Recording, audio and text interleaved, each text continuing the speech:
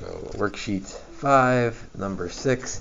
Remember that worksheets 1 through 4 are due tomorrow, but worksheet 5, number 6, tangent's positive. That could be in quadrant 1 or quadrant 3, but then the angle, this just tells us that we're in quadrant 3, between pi and 3 pi over 2.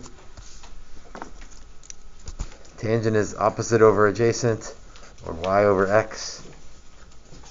So 4 and 3. What's not right about my picture right there? They're negative. So again, you always have to be careful about the side links and whether they're positive or negative. And then that's a 3, 4, 5 right triangle.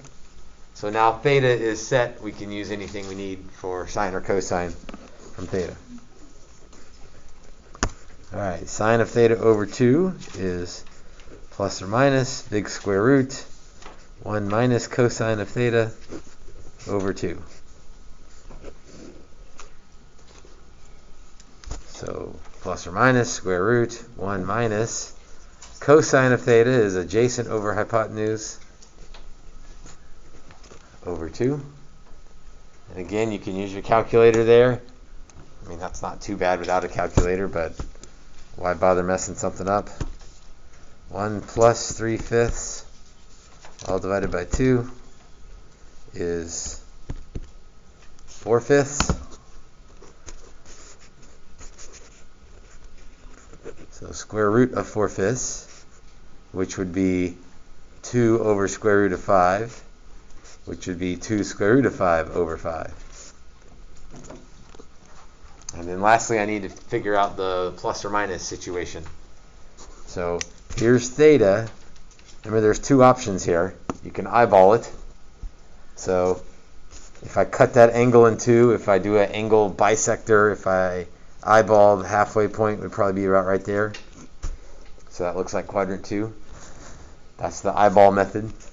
The other method is to say that theta is in quadrant 3. And so we do some quadrant algebra on this.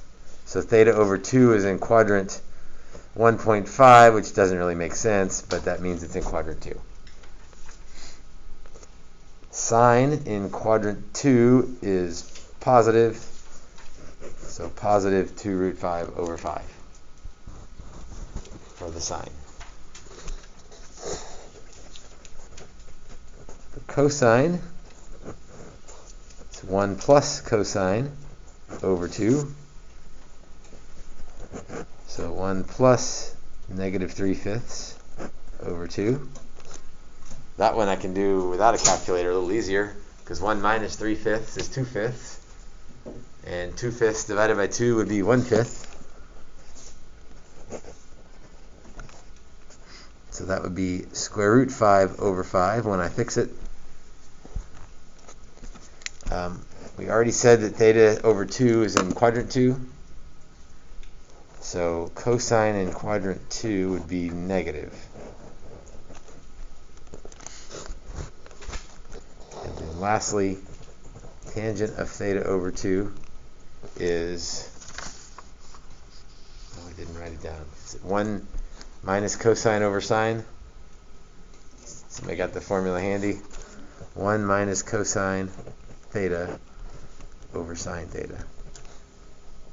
So 1 minus negative 3/5 over negative 4/5. So again, you can put all that in the calculator. It'd be great if you knew how to do it without putting in the calculator. 8/5 over negative 4/5. Keep it, change it, flip it, or the two bottom 5s cancel and you're left with negative 2.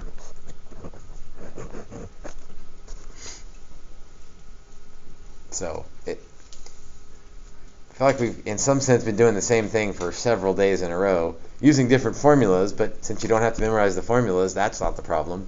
It's just draw the picture, careful with the positives and negatives, and apply the formula. And today's a little bit different because it's unit circle, so it's not picture related, but it is the same formulas.